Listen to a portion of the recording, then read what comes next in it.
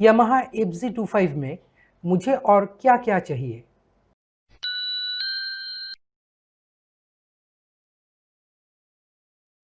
Yamaha का FZ25 एक बहुत ही जाँचा-परखा, एक टेस्टेड व्हीकल है। ये सभी का पसंदीदा एक व्हीकल है और BS6 में अपग्रेड करते हुए यामाहा ने FZ25 के साथ जो कुछ ट्रीटमेंट किया है, मतलब कि इसके लुक्स के साथ जो कुछ ट्रीटमेंट किया है, ये काबिल-ए-तारीफ़ है। तो यामाहा की तरफ से अगर यामाहा एफजी के साथ और कुछ ऐड हो जाता है तो मुझे बहुत पसंद आएगा। मुझे लगेगा कि सब कुछ एकदम 100 में से 100 हो गया। Point number 1, looks. इसका लुक जो है ये एक बेहतरीन लुक है। हर कोई एक सेंटेंस में, एक वर्ड में इसे मान लेगा, इसे स्वीकार करेगा कि ये एक बहुत ही उम्दा डिज़ाइन है। मैं भी मानता हूँ कि एक बहुत ही उम्दा, बहुत ही बेहतरीन डिज़ाइन है। इसका प्राइस भी कम है।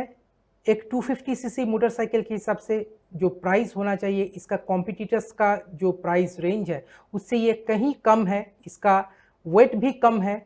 हर तरफ से देखें तो ये एक बेहतरीन मोटरसाइकिल है, पर लुक्स के मामले में मुझे लगता है कि थोड़ा-सा एनहांसमेंट हो सकता है। इसका जो टायर लगाया गया है, फ्रंट में 100 सेक्शन का एंड रियर में 140 सेक्शन का, ये जो टायर सेक्शन है, ये यामाहा का जो राइवल्स है, जो कॉम्पिटिटर्स है, उनमें थोड़ा-सा वाइडर है। जिक्सर को ले लीजिए, केटीएम को ले लीजिए, इनमें फ्रंट में 110 सेक्शन का टायर लगा है और रियर में 150 सेक्शन का टायर लगा है। यहाँ पे अगर आप देखें तो प्रोफाइलिंग के हिसाब से आपको लग सकता है कि यामाहा का जो रेयर टायर है थोड़ा-सा वाइडर है इन लोगों से, पर वास्तव में ये कॉम्पिटिटर से थोड़ा-सा इस मामले में मात खा जाता है। तो अगर और थोड़ा-सा वाइड टायर, मतलब कि पीछे 150 सेक्शन का टायर और सामने 110 सेक्शन का टायर अगर यामाहा एफजी में इस्तेमाल किया जाए, तो मेरे हिसाब से लुक और भी एनहांस हो सकता है। ये देखने में तो मस्कुलर है ही, और भी मस्कुलर और भी एकदम एग्रेसिव दिखने लग जाएगा। वैसे तो यामाहा एफजी को अगर आप BS4 मॉडल भी देखें तो भी बहुत ही सुंदर दिखता था, बहुत ही एकदम टाइगर जैसे फील आता था। अभी जो नया डिज़ाइन आने वाला है वो भी बहुत ही सुंदर दिखता है, एकदम एक बेहतरीन रोड प्रेजेंस आपको ऑफर करता है। पर अगर ये टायर कॉम्पिटिटर्स के हिसाब से अगर यामाहा इसे लगा दें, पीछे 150 सेक्शन और सामने 110 सेक्शन का टायर, तो मुझे लगता है कि ये 10 ऑन 10 हो जाएगा। दूसरा जो पॉइंट है, इसका इंजन का पावर। देखिए, पावर फिगर के बारे में हम बात नहीं करेंगे, इसके लिए एक्सपर्ट्स बैठे हैं बात करने के लिए।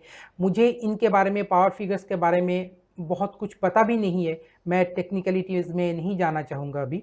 पर इसका जो इंजन का पावर आउटपुट है रियल लाइफ सिचुएशन में, ये अगर थोड़ा-सा और बढ़ जाता, क्योंकि कॉम्पिटिटर्स का इससे ज़्यादा ही है। जब आप इसे चलाते हैं तब आप ये फ़ील कर सकते हैं, क्योंकि मैंने हाल ही में एफजी BS4 वाला जो वर्ज़न है इसे चलाया है मेरे फ्रेंड्स से लेके। जिक्सर का जो पहला मॉडल था और नया मॉडल है, ये भी मैं चला के देखा हूँ मेरे फ्रेंड्स से लेके। तो मुझे ये फ़ील हुआ कि पावर में कहीं न कहीं कुछ तो कमी है इसमें। तो अगर ये पावर थोड़ा-सा बढ़ जाता तो मुझे लगता है कि बेहतरीन काम हो जाता इसमें। और एक चीज़ जो पता है मुझे बोलना नहीं चाहिए, क्योंकि मैं एक्सपर्ट नहीं हूँ इन सब चीज़ों का। कंपनी जैसे सोचते हैं, कंपनी जैसे उनका चीज़ें डेवलप करते हैं, जैसे उनका इंजन डेवलप और डिज़ाइन करते हैं, उसी के हिसाब से जो गियरिंग सिस्टम है उसे कंपनी डिज़ाइन करते हैं। तो यामाहा का जैसे इंजन का डिज़ाइन है, यामाहा का जैसे इंजन का फीचर है, जैसे इंजन का बिल्ट है, जैसे क्वालिटी है, जैसे पावर डिस्ट्रीब्यूशन है, जैसे जो कुछ है, उसी के हिसाब से कंपनी ने सही समझे होंगे कि इसमें 5 स्पीड गियर बॉक्स देना चाहिए, तो इसमें 5 स्पीड गियर बॉक्स यामाहा ने लगाया है। पर कुछ राइडर्स की माने, या मुझे भी कहीं न कहीं लगता है कि इसमें अगर कॉम्पिटिटर्स के हिसाब से इसमें अगर 6 speed gear box Yamaha introduce कर दे तो बेहतरीन काम हो जाएगा, ये भी 10 ऑन 10 हो जाएगा। नेक्स्ट जो आती है वो है मीटर कंसोल। मीटर कंसोल, इसका जो मीटर कंसोल है मुझे बिल्कुल ही पसंद नहीं आता। कॉम्पिटिटर्स की मीटर कंसोल आप देखिए, वेल लेड आउट है, सुंदर है, सब कुछ उसमें डिस्प्ले में आता है, जो कुछ आपको चाहिए होता है एक 250 सीसी मोटरसाइकिल में। यामाहा में भी ऐसे वेल लेड आउट एक बड़ा सा सुंदर विजिबल एक बहुत ही बेहतरीन मीटर कंसोल है। वो अपनी MT-15 में लगाते हैं, वो अपने R15 में लगाते हैं, R15 V3 में। वही मीटर कंसोल अगर यामाहा एफजी में लगा दे तो बेहतरीन हो जाएगा, एकदम 10 on 10 हो जाएगा, टॉप नॉच हो जाएगा देखने में। और मीटर कंसोल के ही बारे में हम यामाहा को बोलना चाहेंगे। डियर यामाहा, आप जो मीटर कंसोल बनाते हैं ये बेहतरीन है, बहुत ही अच्छा मीटर कंसोल बनाते हैं, पर इसका जो टर्न इंडिकेटर होता है वो आप क्यों एक ही टेल लाइट में इंक्लूड करके देते हो? लेफ्ट और राइट का जो टर्न इंडिकेटर होता है वो तो लेफ्ट और राइट में ही पोजीशन होना चाहिए आपके मीटर कंसोल के ऊपर, वो एक ही टेल लाइट में आप क्यों देते हैं? किसी भी सिचुएशन में रोड में अगर हम निकलते हैं, अगर किसी भी कारणवश हम एक बार राइट साइड का इंडिकेटर दे दिए और वो ग्लो कर रहा है, ब्लिंक कर रहा है, हम बाद में भूल गए, अगर हम लेफ्ट में जा रहे हैं कभी भी, तो अगर हम भूल जाते हैं इंडिकेटर देना तो क्या हो सकता है? एक्सीडेंट हो सकता है, हम शायद ये दूसरे ख्याल में रह सकते हैं रास्ते पर। तो अगर हमको ये ख्याल नहीं रहा कि हम पिछले बार राइट साइड का इंडिकेटर दिए थे, अभी मुझे लेफ्ट देना है, हम भूल जाएं और मीटर कंसोल की तरफ अगर हम एक बार देख ले कि ये ब्लिंक कर रहा है तो हम सोच सकते हैं कि अरे ये तो लेफ्ट में ही मेरा दिया हुआ है, तो हम अगर लेफ्ट में अगर हम मुड़े तो एक्सीडेंट हो सकता है। तो आप दूसरे कंपनीज का देखिए ना, टीवीएस का देखिए, आप जिक्सर का देखिए, सुजुकी का देखिए, वो हमेशा लेफ्ट और राइट इंडिकेटर्स जो है ये अलग अलग देते हैं, लेफ्ट और राइट में प्लेस करके देते हैं मीटर कंसोल के ऊपर। तो अगर आप यामाहा एफजी में एक बड़ा सा वेल लेड आउट सब कुछ डिस्प्ले करने वाला एक मीटर कंसोल देते हैं और लेफ्ट और राइट टर्न इंडिकेटर अगर आप लेफ्ट और राइट में ही लगाए अपने मीटर कंसोल के ऊपर, तो ये भी एक बेहतरीन काम हो जाएगा और 10 on 10 हो जाएगा।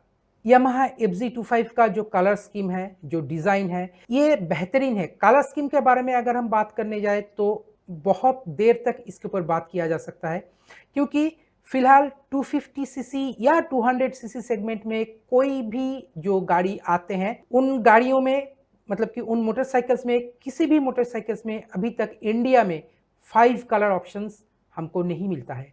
इसलिए थैंक्स टू यामाहा की 5 कलर ऑप्शंस प्रोवाइड करने के लिए, हम लोगों को ऑफर करने के लिए, और FZ25 एंड FZ-S25 ये 2 वेरिएंट ऑफर करने के लिए, क्योंकि हम लोगों में किसी किसी को लंबा वाइजर चाहिए होता है, किसी किसी को छोटा वाइजर चाहिए होता है, किसी किसी को एक स्पार्कलिंग लुक पसंद होता है, किसी किसी को एक मैट सा लुक पसंद होता है। इसलिए wide range of colour choice, और ये जो वाइजर का छोटा बड़ा जो साइज़ का आपने बनाया है और जो नकल गार्ड का आपने इस्तेमाल किया है FZ-S में, ये सब जो ऑफ़र कर रहे हैं आप, ये सब वेरिएंट जो आप ऑफ़र कर रहे हैं, इसके लिए बहुत बहुत धन्यवाद आपको यामाहा। पर डियर यामाहा, आप ये बात भी ध्यान में रखिए, आप थोड़ा सा प्राइस बढ़ा दीजिए, आप 40,000 रुपीज़ प्राइस बढ़ा दीजिए, 30,000 रुपीज़, 35,000 रुपीज़, यहाँ तक कि 50,000 रुपीज़ भी आप प्राइस बढ़ा दीजिए, तो भी आपका यामाहा FZ25 जो है ये बहुत बिकेगा, धूमधाम से बिकेगा, क्योंकि ये सभी का एक बहुत ही प्यारा मोटरसाइकिल है, हर कोई इसे प्यार करते हैं FZ25 को। अगर इसमें पीछे 150 सेक्शन का टायर और सामने 110 सेक्शन का टायर लग जाए, अगर इसका मीटर कंसोल आप बड़ा मीटर कंसोल, एक प्रॉपर मीटर कंसोल लगा दे अपने MT-15 या R15 V3 के जैसे, इसमें अगर आप 6 speed gear box, slipper clutch लगा दे, तो ये मोटरसाइकिल 10 on 10 हो जाएगा, इसमें कोई भी खामी बाकी नहीं रह जाएगा। यामाहा FZ एकदम बॉस हो जाएगा, इसमें कोई भी मतलब कि कुछ भी खामियां नहीं निकल सकता है। अगर मेरे जैसे पब्लिक होगा तो इसमें ऐसे ही सब ढूंढता रहेगा कि इसका मीटर कंसोल छोटा है, कोई कोई तो बोलता है इसका मीटर कंसोल कैलकुलेटर जैसे लगता है, इसका टायर कॉम्पिटिटर से नैरोअर है, इसमें स्लीपर क्लच नहीं है, डुअल चैनल ABS है, 250 सीसी के सभी मोटरसाइकिल्स में डुअल चैनल ABS आता है, इसमें भी डुअल चैनल ABS है, बिल्ड क्वालिटी यामाहा का A1 होता है। पर FZ में ये 2-3 चीज़ अगर इंक्लूड हो जाता है, डियर यामाहा, अगर FZ में ये 2-3 चीज़ आप इंक्लूड कर देते हो, wide air tyre, better meter console, slipper clutch, 6 speed gear box, ये सब चीज़ अगर इंक्लूड हो जाता है, तो यामाहा बाजार में सबसे ज़्यादा बिकने वाला मोटरसाइकिल होगा और कॉम्पिटिटर्स का मोटरसाइकिल्स की तरफ कोई देखेगा भी नहीं। ये बात सही है क्योंकि जो लुक्स है ये यामाहा का ही बेटर है। मैं खुद सुजुकी का फैन हूँ, पर यामाहा का जो लुक्स है ये अनडिनायबल है। इस बात को कोई भी नकार नहीं सकता है कि यामाहा FZ25 का जो लुक है ये सबसे बेहतर लुक है बाजार में मिलने वाला और किसी भी मोटरसाइकिल से। सुजुकी से भी बेहतर, केटीएम से भी बेहतर, होंडा से भी बेहतर, सभी से बेहतरीन डिज़ाइन ऑफर किया जाता है यामाहा FZ25 में।